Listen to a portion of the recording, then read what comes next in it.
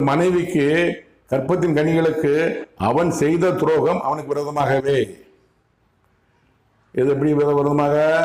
அவருடைய விஜயுடைய மனைவிக்கும் குழந்தைகளுக்கும் துரோகம் செய்திருக்கிறார். எந்த அரசியல்வாதியும் எடுத்துக்கோங்க, நீங்க அண்ணாதுரை இருந்தார் அரசியல்வாதி, மனைவிக்கு துரோகம் செய்யலை.